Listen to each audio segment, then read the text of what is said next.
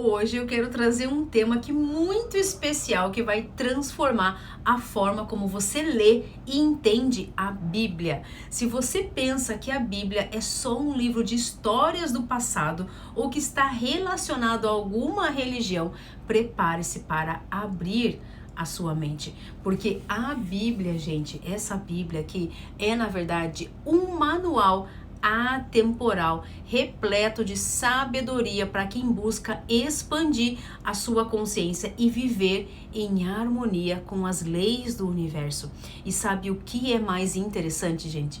Jesus, o grande mestre que muitos associam ele à religião, nunca esteve ligado a nenhuma religião. Já parou para pensar nisso? Jesus nunca esteve ligado a nenhuma religião. Então vem comigo aqui explorar essa visão profunda e libertadora sobre o maior livro científico do mundo. Bora lá começar mais um vídeo então.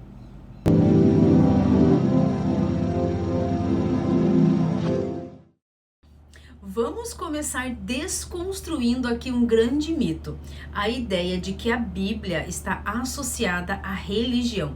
Você sabia que na época de Jesus não existia religião como conhecemos hoje? Isso mesmo, gente. Jesus veio para despertar as pessoas, para mostrar que o poder está dentro de nós, dentro da nossa consciência. Ele desafiava o sistema da época. Já parou para pensar nisso? Que ele era contra o sistema da época, né? Assim como, por exemplo, nós que falamos da espiritualidade, também somos contra o sistema que existe hoje, né? Jesus questionava as regras impostas da época e por isso foi perseguido.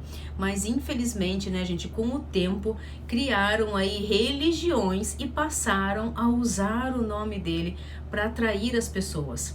E o que isso levou, né, gente? Levou as pessoas aí a distorcerem a verdadeira mensagem que Jesus queria nos passar.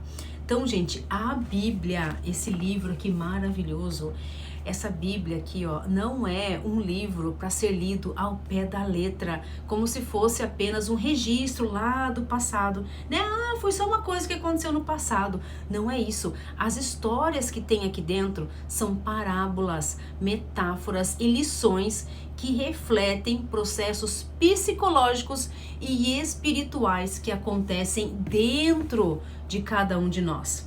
Né? Vamos usar uma história aqui da Bíblia, né, que aconteceu e que as pessoas leem essa história como se fosse algo que aconteceu lá no passado, né? A luta, por exemplo, de Davi e Golias, né? Ela representa o quê? Coragem e fé, né? Como que a gente pode superar o medo, né? Superar qualquer obstáculo, mesmo quando parece ser impossível. Então, quando você lê a Bíblia com uma mente mais aberta, percebe que essas histórias não são do passado, elas falam da nossa vida de hoje, das nossas batalhas, dos nossos medos, das nossas escolhas. E mais, gente, você já percebeu, você que lê a Bíblia aí, você já percebeu que a Bíblia reflete as leis universais, né, que eu já fiz um vídeo aqui no canal sobre as 7 leis universais, né, que existem, que regem tudo isso que nós estamos vivendo e que estão aqui dentro da Bíblia. Então, por isso que a Bíblia hoje é considerada o maior livro científico da humanidade, gente. Não é maravilhoso?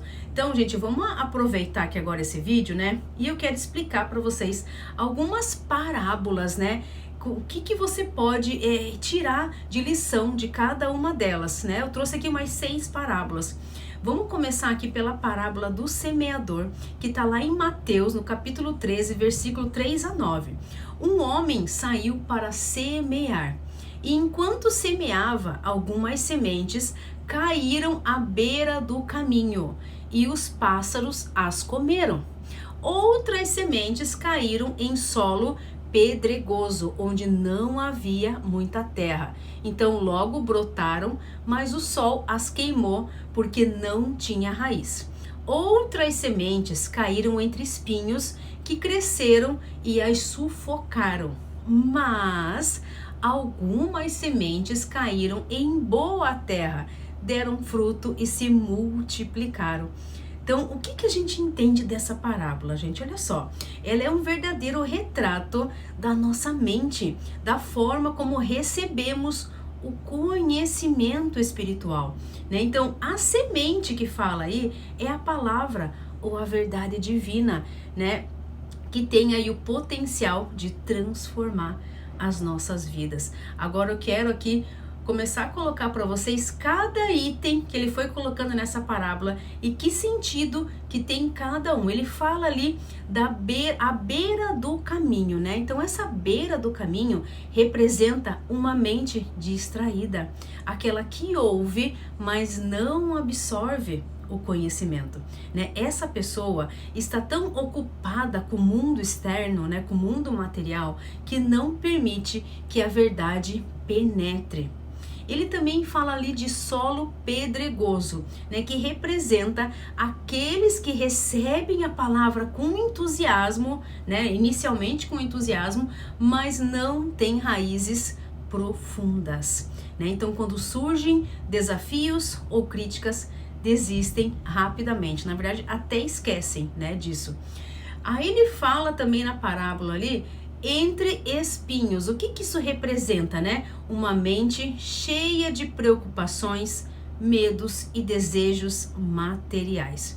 Gente, esses fatores, né, sufocam aí o crescimento da semente espiritual, percebe? Agora, ele fala ali no final sobre a boa terra, né, gente, que simboliza aí uma mente aberta, uma mente receptiva, pronta para absorver e aplicar o aprendizado, que é isso que eu tô esperando de você nesse vídeo, porque é aí, gente, que acontece a transformação, né? Essa parábola, gente, é maravilhosa, porque ela nos ensina que a mudança começa onde, que eu sempre falo aqui no canal, dentro de nós, né? E qual que é a pergunta que eu faço para você, né? Que tipo de solo você tem sido? Você está cultivando um espaço fértil para crescer espiritualmente? Agora eu quero falar para vocês sobre a parábola do filho pródigo, né, que está lá em Lucas, no capítulo 15, versículo do 11 ao 32. Lá diz que um pai tinha 2 filhos. Um deles pediu sua parte da herança e a gastou de forma irresponsável. Quando ele ficou sem nada, ele decidiu voltar para casa arrependido. O pai, é claro, cheio de alegria, o recebeu com muita alegria, mas o outro filho ficou com inveja por achar que o irmão não merecia perdão, né, gente? Então, essa parábola aqui, ela diz, né, sobre perdão, né, sobre compaixão, mas também sobre ego, né? Lá o filho mais novo representa aquele de nós que se desvia, que toma decisões impulsivas e muitas vezes enfrenta as consequências. Porém, ao reconhecer o erro e buscar retornar ao lar, encontra o amor e a aceitação. O pai aqui nessa história, ele simboliza a fonte divina, que é o amor incondicional, né, gente? Não importa o quanto nos afastamos, sempre somos bem-vindos de volta. Gente, olha que lindo isso, né? E lógico, né, gente, o filho mais velho aqui, ele representa o ego, que muitas vezes julga, muitas vezes se compara, né, acreditando que é mais merecedor do que os outros. Então, um grande aprendizado aqui é que o amor divino, ele não é meritocrático. Ele não avalia quem merece mais ou menos. Ele simplesmente é. Quando deixamos o ego de lado, conseguimos acessar esse amor e perceber que ele está disponível para todos, né, gente? Essa história é linda, hein, do filho pródigo. Então vamos aqui agora para a terceira parábola aqui desse vídeo, né, que fala sobre a luz do mundo, que tá lá em Mateus, no capítulo 5, versículo do 14 ao 16. Lá diz: vocês são a luz do mundo, né? Uma cidade construída sobre um monte não pode ser escondida. Ninguém acende uma lâmpada e a coloca debaixo de uma vasilha, mas sim em algum lugar alto, para que ilumine todos que estão na casa. Gente, o que diz essa palavra, né? Jesus aqui está usando essa metáfora para nos lembrar quem realmente somos. Cada um de nós carrega uma centelha divina dentro de si, né? Um propósito único, porém que muitas vezes escondemos isso, né? Essa luz por medo, por insegurança, né? Ou até pela influência do mundo. O que significa aqui colocar a lâmpada, né? A lâmpada debaixo de uma vasilha, né? Significa esconder nossos talentos, negar nossa essência ou viver uma vida que não reflete o nosso propósito, né, gente? Então, colocar a lâmpada em um lugar alto, que ele fala ali depois, significa o quê? Você ser autêntico, né? Você brilhar com confiança e inspirar outras pessoas, né, gente? Essa palavra aqui é riquíssima e ela nos convida a deixar a luz interior, nossa luz interna brilhar, né? Quando a gente assume quem somos, sem medo, nos tornamos uma fonte de inspiração para o mundo. Gente, essa parábola é maravilhosa, né? Então, a quarta parábola que eu quero falar aqui para vocês é a parábola do bom samaritano, que tá lá em Lucas, no capítulo 10, versículo que vai do 25 ao 37. Lá diz que um homem foi assaltado e deixado quase morto na estrada, né? Um sacerdote e um levita passaram por ele e o ignoraram. Mas um samaritano, considerado inimigo dos judeus, parou para ajudá-lo, né? Ele cuidou deste homem, levou esse homem a uma hospedaria e pagou por suas despesas. Olha que interessante essa história, gente, essa parábola. Então, o que ela nos ensina aqui, né? Ela quebra preconceitos e nos ensina sobre o verdadeiro significado do amor ao próximo. Você não precisa olhar se é alguém conhecido ou não, né? Muitas vezes, né, uma pessoa que você nunca viu na vida e nem por isso que você vai deixar ela ali de qualquer jeito, né? O sacerdote aqui e o levita, que ele fala aqui nessa parábola, eles representam as pessoas que têm conhecimento, mas não aplicam na prática. Eles priorizam as regras e ignoram a essência do amor. Não é isso mesmo que aconteceu, gente? E o samaritano, por outro lado, representa a compaixão e a ação. Ele não deixou, né, o preconceito, né, que dominasse ele ou que as diferenças sociais interferissem em sua decisão de querer ajudá-lo. Então, a mensagem dessa parábola aqui, gente, é muito clara. O amor ao próximo vai além das aparências, das crenças, das convenções sociais, percebe? Porque amar é agir, independente de quem esteja precisando. Parábola dos talentos, que é a quinta parábola aqui que eu tô falando para vocês, tá lá em Mateus, no capítulo 25, versículo 14 ao 30. Lá diz que um senhor deu a 3 servos diferentes quantidades de talentos, que eram moeda da época, né? Antes de viajar.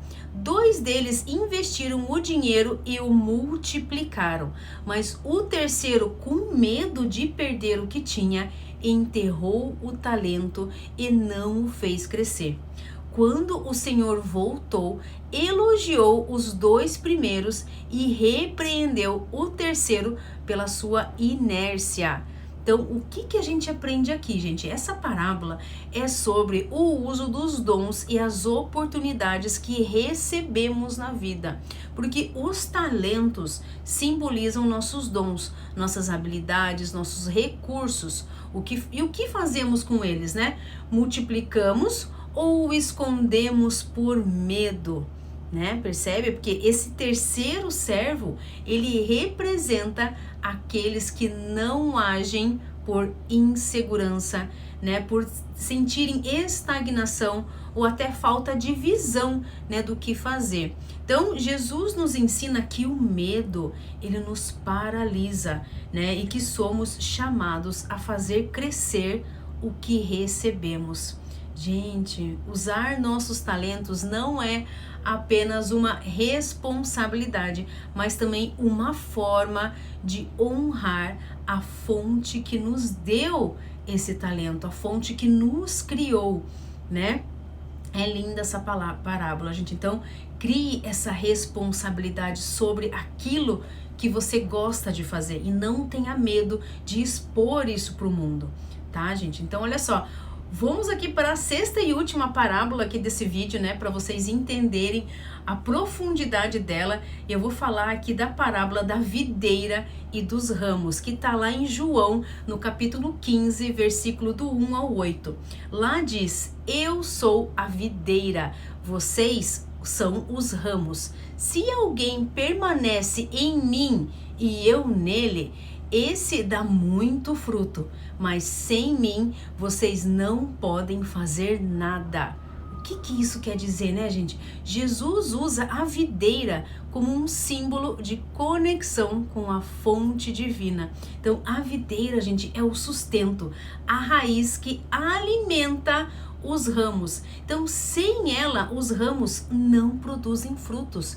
E nós, esses ramos, precisamos permanecer conectados à fonte. Para quê, né, gente? Para a gente crescer, para a gente florescer, para a gente dar frutos. Então, essa parábola reforça que quando estamos alinhados espiritualmente, nossas ações devem refletir esse alinhamento e produzir resultados positivos para a nossa vida, né, gente? Esse aqui é um convite à conexão com o nosso eu interior, com o nosso divino, com a fonte criadora. Percebe, gente? Então, essas parábolas que eu falei para vocês, elas não são apenas histórias bonitinhas que tem lá na Bíblia, né? Elas são mapas para a nossa jornada interior.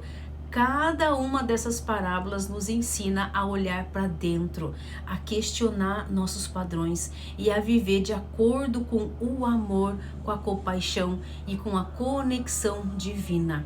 Então, que tal aí escolher uma delas hoje e refletir sobre como ela pode transformar a sua vida, né? Por isso eu te convido aqui, gente. Te convido, leia a Bíblia, mas leia ela com a mente aberta. Não leia como um livro qualquer, cheio de regras, ou assim, a Bíblia é muito difícil de ler. Pega essas parábolas que eu acabei de ensinar para vocês, dá uma olhadinha aqui, leia você mesmo e perceba como faz sentido isso que eu expliquei para você, né? E leia para entender como essas histórias se aplicam à sua vida hoje. Principalmente, o que está acontecendo com você hoje. Observe essas metáforas, né? Medite sobre o que elas representam, o que elas querem ensinar a você. Porque Jesus falou em parábolas, né, gente? Ele sabia que a verdade mais profunda não está nas palavras propriamente ditas, mas no que elas despertam dentro de nós. Né, gente? Olha que profundo isso. Então, leia a Bíblia, mas com profundidade. Leia a Bíblia pensando em você internamente, como isso mexe com você, né? Então, se essa visão fez sentido para você, deixa aqui um comentário aqui embaixo que eu leio, gente. Eu leio todos eles. Às vezes eu só curto, às vezes eu faço um comentário, mas eu leio todos. Pode colocar aqui embaixo o que você achou, né? E se você quiser que eu fale mais sobre essas parábolas e como elas se aplicam aí à nossa vida, me conta aqui também nos comentários. Você quer que eu traga mais parábolas, né? Vamos explorar aqui juntas o que a Bíblia tem de mais transformador e o que ela pode nos ajudar, né, gente? E lembre-se, né? Não esqueça disso. Você é a luz do mundo. Deixe a sua luz brilhar, né? E se você gostou desse vídeo, já deixa aí o teu curtir aqui no vídeo. Se você não é inscrito aqui no canal, já se inscreve para não perder os próximos vídeos, tá bom? Um beijo, um abraço e até o próximo. Tchau, tchau.